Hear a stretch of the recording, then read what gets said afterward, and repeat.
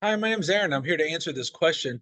Are you required to have an enrollment every year for voluntary benefits, right? For worksite benefits? And I'm going to give you the long answer and the short answer.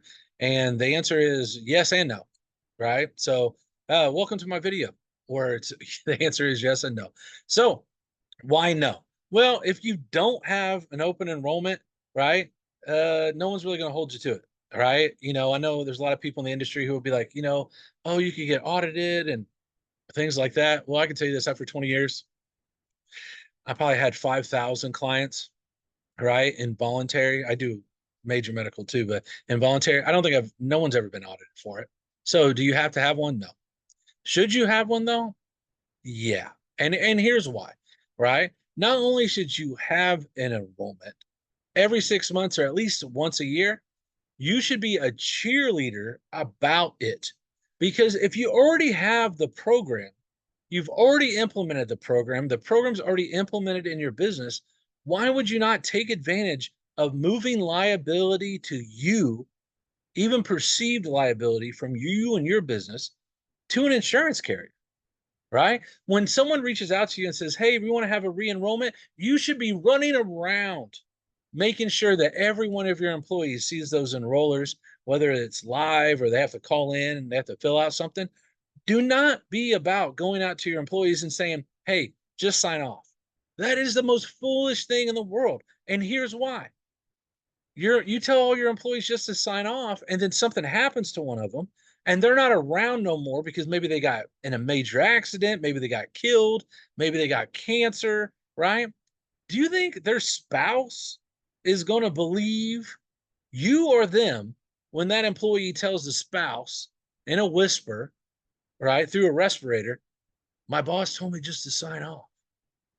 So where's the perceived responsibility then? Right?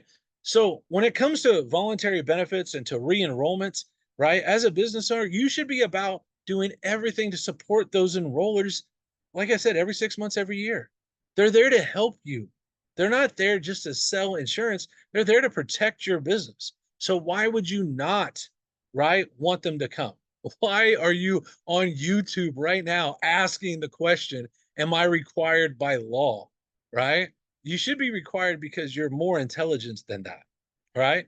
Maybe you're an HR person who's looking at this video right now and you're like, oh, I just don't like dealing with it. Well, let me ask you, would you rather deal with some enrollers, some insurance enrollers, right, twice a year? Or would you rather deal with some tragedy and the person not being covered, right? Because I can tell you the hardest day any business owner who has been my client has ever had is when they showed up on a Monday, right? And they're pulling into the business parking lot, and there's a minivan there that they kind of don't recognize. And one of their employees' wives gets out of that minivan when he parks his truck, and she's upset, right? You can tell she's just physically upset. The van's full of the kids, and she comes over to the business owner and says, hey, John's missing. He went fishing on Saturday night, took out his little boat, and he never came home, and we can't find him.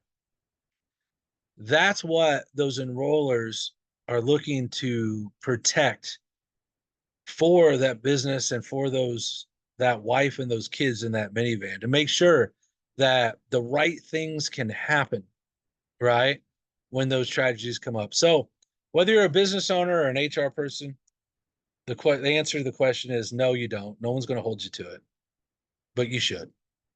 You should, because you care about your coworkers, you care about your employees, and you're just generally going to be a good person, right? So I appreciate you. If you have any questions, feel free to reach out to me, right? I'll answer them real quick.